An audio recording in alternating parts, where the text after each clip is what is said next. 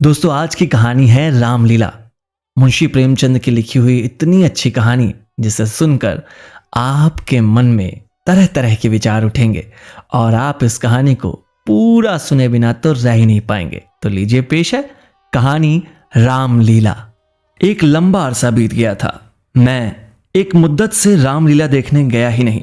बंदरों के भद्दे चेहरे लगाए, आधी टांगों का पजामा और काले रंग का ऊंचा कुर्ता पहने आदमियों को दौड़ते हु हु करते देखकर अब हंसी आती है, मजा नहीं आता। काशी की लीला जगत विख्यात है, सुना है लोग दूर दूर से देखने आते हैं। मैं भी बड़े शौक से गया, पर मुझे तो वहां की लीला और किसी बज्र देहात की लीला में कोई अंतर न दिखाई दिया। हाँ, रामनगर की लीला में कुछ साज सामान अच्छे तो हैं। राक्षसों और बंदरों के चेहरे पीतल के हैं और गदाएं भी पीतल की हैं। कदाचित वनवासी भ्राताओं के मुकुट सच्चे काम के हों, लेकिन साज सामान के सिवा वहां भी वही हु के सिवा और कुछ नहीं। फिर भी लाखों आदमियों की भीड़ लगी रहती थी। लेकिन एक जमाना वो था जब मुझे भी रामलीला में आनंद आता था। आनंद तो बहुत हल्का सा शब्द है, वह आनंद उन्माद से कम न था।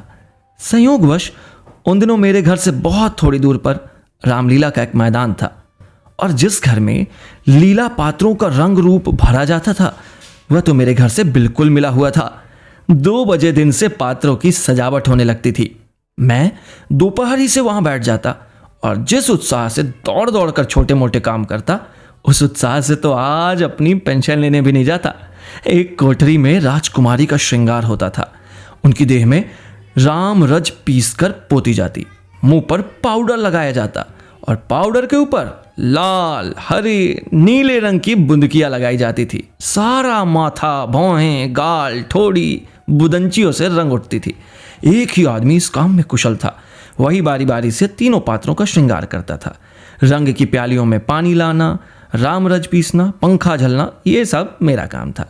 अब जब इन तैयारियों के बाद विमान निकलता तो उस पर रामचंद्र जी के पीछे बैठकर मुझे जो उल्लास, जो गर्व, जो रोमांच होता, वह अब लाट साहब के दरबार में कुर्सी पर भी बैठकर नहीं होता। एक बार जब होम मेंबर साहब ने व्यवस्थापक सभा में मेरे लिए एक प्रस्ताव का अनुमोदन किया था, उस वक्त मुझे कुछ उसी तरह का उल्लास, गर्व और रोमांच हुआ था। हाँ, एक बार जब मेरा ज्येष्ठ पुत्र नायाब तहसीलदारी में नामजद हुआ, तब भी ऐसी ही तरंगे मन में उठी थी। पर इनमें और उस बाल विवलता में बड़ा अंतर है। तब ऐसा मालूम होता था कि मैं स्वर्ग में बैठा हूँ। निषाद नौका लीला का दिन था। मैं 2-4 लड़कों के बहकाने में आकर गुल्ली डंडा खेलने लगा। आज श्रृंगार देखने गया ही नहीं। विमान भी निकला, पर मैंने खेलना नहीं छोड़ा। मुझे अपना दाव लेना था। अपना दाव छोड़ने के लिए उससे कहीं बढ़कर आत्मत्याग की जरूरत थी, जितना मैं कर सकता था। अगर दाव देना होता तो मैं कब का भाग खड़ा होता, लेकिन पदाने में कुछ और ही बात होती है। खैर, मेरा भी दाव पूरा हुआ। अगर मैं चाहता तो धांधली करके 10-5 मिनट और पदा सकता था, इसकी भी काफ़ी गुंजाइश थी। लेकिन अब इसका मौका न था। मैं सीधे नाले की तरफ दौड़ा। विमान जल तट पर पहुंच चुका था। मैंने दूर से देखा, मल्लाह किश्ती लिए चला आ रहा है। दौड़ा, लेकिन आदमियों की भीड़ में दौड़ना कठिन था।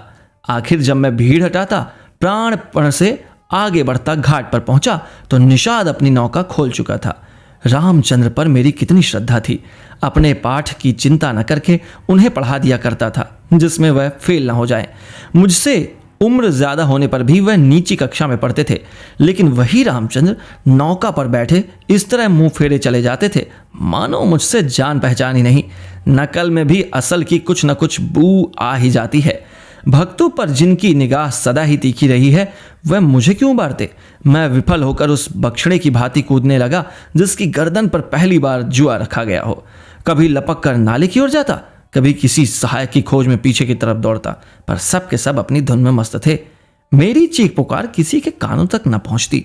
तब से बड़ी बड़ी विपत्तियां झेली थी, पर उस समय जितना दुख हुआ उतना फिर कभी न हुआ।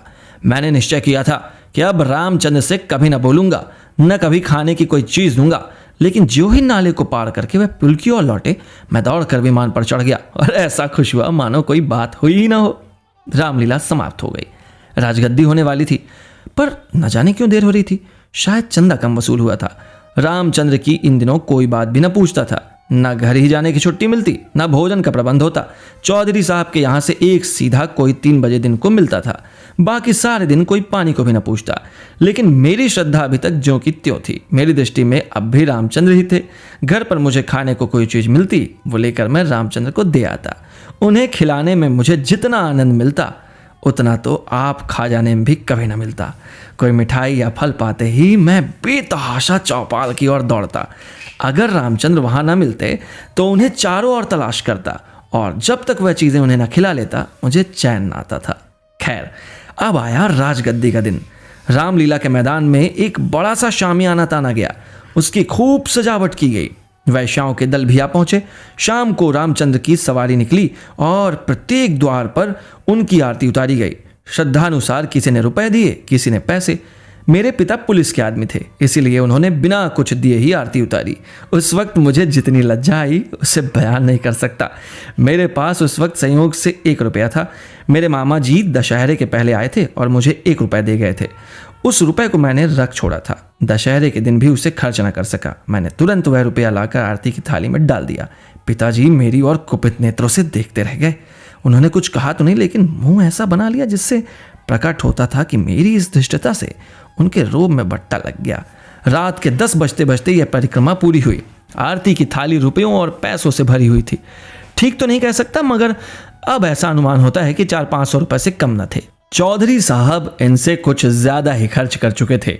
उन्हें इसकी बड़ी फिक्र हुई कि किसी तरह कम से कम 200 रुपए और वसूल हो जाएं, और इसकी सबसे अच्छी तरकीब उन्हें यही मालूम हुई कि वेश्याओं द्वारा महफिल में वसूली हो।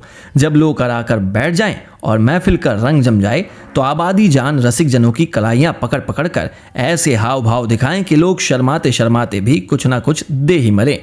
आबादी जान और चौधरी साहब में सलाह होने लगी। मैं संयोग से उन दोनों प्राणियों की बातें सुन रहा था। चौधरी साहब ने समझा होगा यह लौंडा क्या मतलब समझेगा, पर यहाँ ईश्वर की दया से अक्ल के पुतले थे। सारी दास्तान समझ में आती जाती थी। चौधरी ने कहा, सुनो आबादी जान, यह तुम्हारी ज्यादती है। हमारा और तुम्हारा कोई पहला साबिका तो है नहीं। ईश्वर ने चाहा तो यहाँ हमेशा तुम्हारा आना जाना लगा रहेगा। अब की चंदा बहुत कमाया है, नहीं तो मैं तुमसे इतना इसरार न करता। आबादी ने कहा, आप मुझसे भी जमींदारी चाले चलते हैं क्यों? मगर यहाँ हुजूर की दाल न गलेगी। वाह, रुपए तो मैं वसूल करूँ और मुझों पर ताव आप दें। कमाई का अच्छा ढंग निकाला है। इस कमाई से तो वाकई आप थोड़े दिनों में राजा हो जाएंगे। उसके सामने जमींदारी झक मारेगी। बस कली से एक चकला खोल दीजिए, खुदा की कसम माला माल हो जाएगा। चौधरी ने कहा, तुम दिल लगी करते हो और यहाँ काफिया तंग हो रहा है। आबादी ने कहा, तो आप भी तो मुझी से मुस्तादी करते हैं। यहाँ आप जैसे कईयों को रोज उंगलियों पर नचाता हूँ। तो आखिर तुम्हारी मंशा क्या है? जो कुछ वसूल करूं उसमें आधा मेरा आधा आपका। लाइए हाथ मारिए। अच्छा ठीक है, यही सही। अच्छा तो पहले मेरे 100 रुपए गिन दीजिए, पीछे से आप अलसेट करने लगेंगे। वाह, वो भी लोगी और ये भी। अच्छा तो क्या आप समझते थे कि अपनी उजरत छोड़ दूंगी? वाहरी आपकी समझ। खूब, क्यों ना हो। दीवाना बकारे दरवेश होशियार। तो क्या तुमने दोहरी फीस लेने की ठानी है? अगर आपका 100 दफे गरज हो तो, वरना मेरे 100 रुपए तो कहीं गए ही नहीं। मुझे क्या कुत्ते ने काटा है जो लोगों की जेब में हाथ डालती फिरूं? चौधरी की एक न चली। आबादी के सामने दबना पड़ा। नाच शुरू हुआ। आबादी जान बला की शौक औरत थी। एक तो कमसिन, उस पर हसीन, और उसकी अदाएं तो इस गजब की थीं कि मेरी तबीयत भी मस्त हुई जाती थी। आदमियों के पहचानने का गुण भी उसमें कुछ कम न था। जिसके सामने बैठ गई उससे कुछ ना कुछ ले ही लिया। 5 रुपए से कम तो शायद ही किसी ने दिए हों। पिताजी के सामने भी वह बैठी। मैं मारे शर्म के गड़ गया। जब उसने उनकी कलाई पकड़ी तब तो मैं सहम उठा। मुझे यकीन था कि पिताजी उसका हाथ झटक देंगे और शायद दुत्कार भी दें, किंतु ये क्या हो रहा है? हे ईश्वर, मेरी आंखें धोखा तो नहीं खा रही? पिताजी मूंछों में हंस रहे हैं। ऐसी मृद हंसी उनके चेहरे पर मैंने कभी नहीं देखी थी। उनकी आंखों से अनुराग टपका पड़ता था। उनका एक एक रोम पुलकित हो रहा था। मगर ईश्वर ने मेरी लाज रख ली। वो देखो, उन्होंने धीरे से आबादी के कोमल हाथों से अपनी कलाई छुड़ा ली। अरे ये फिर क्या हुआ? आबादी तो उनके गले में बाहें डाल देती है। अब पिताजी उसे जरूर पीटेंगे। चुड़ैल को जरा भी शर्म नहीं। एक महाशय ने मुस्कुराकर कहा, यहाँ तुम्हारी दाल न गलेगी। आबादी जान और दरवाजा देखो।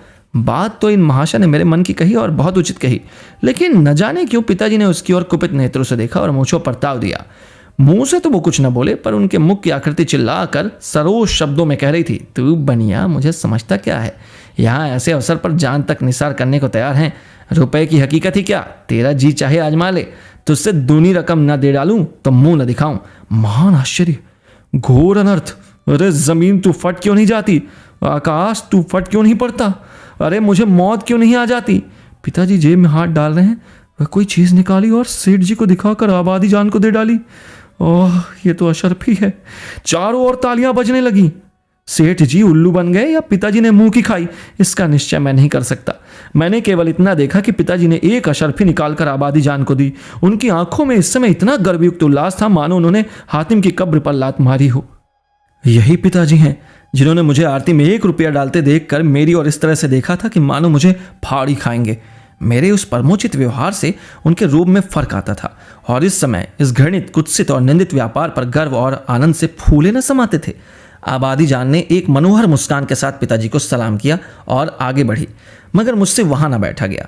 मारे शर्म के मेरा मस्तक झुक जाता था, मगर मेरी आंखों देखी बात न होती तो मुझे इस पर कभी एतबार न होता।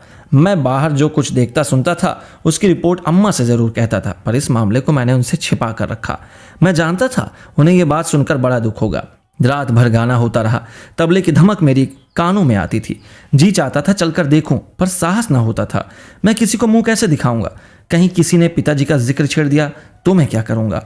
प्रातःकाल रामचंद्र की विदाई होने वाली थी। मैं चारपाई से उठते ही आंखें मलता हुआ चौपाल की ओर भागा। डर रहा था कि कहीं रामचंद्र चले न गए हों। पहुंचा तो देखा तवाइफों की सवारियां जाने को तैयार हैं। 20 आदमी हसरतनाक मुंह बनाए उन्हें घेरे खड़े हैं। मैंने उनकी ओर आंख तक न उठाई, सीधा रामचंद्र के पास पहुंचा।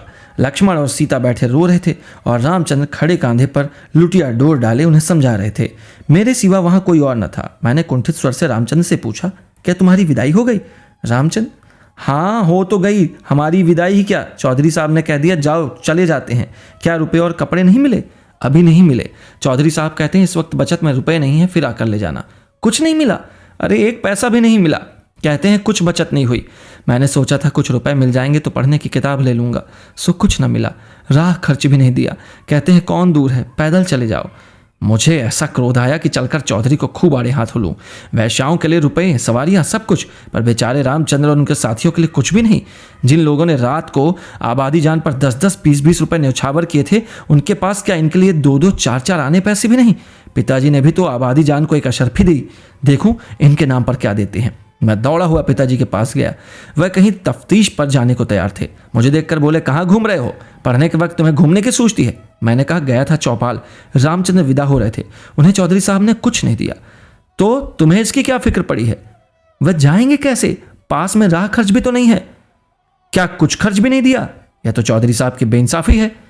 अगर आप 2 रुपए दे दें तो मैं उन्हें दे आऊं, इतने में शायद वह घर पहुंच जाए।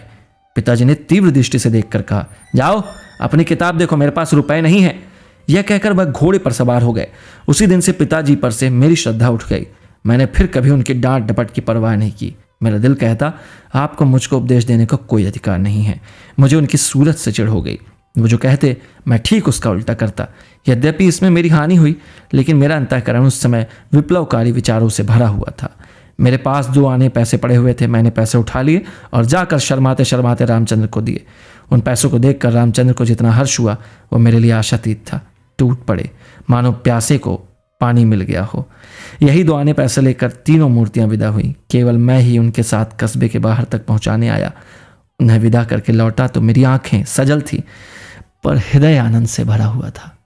दोस्तों, ये थी मुंशी प्रेमचंद की कहानी रामलीला। आपको ये कहानी कैसी लगी? पसंद आई हो तो कमेंट करके ज़रूर बताइएगा और हमारे चैनल शुभमस्तु को ज़रूर सब्सक्राइब कर लीजिएगा। बहुत बहुत धन्यवाद।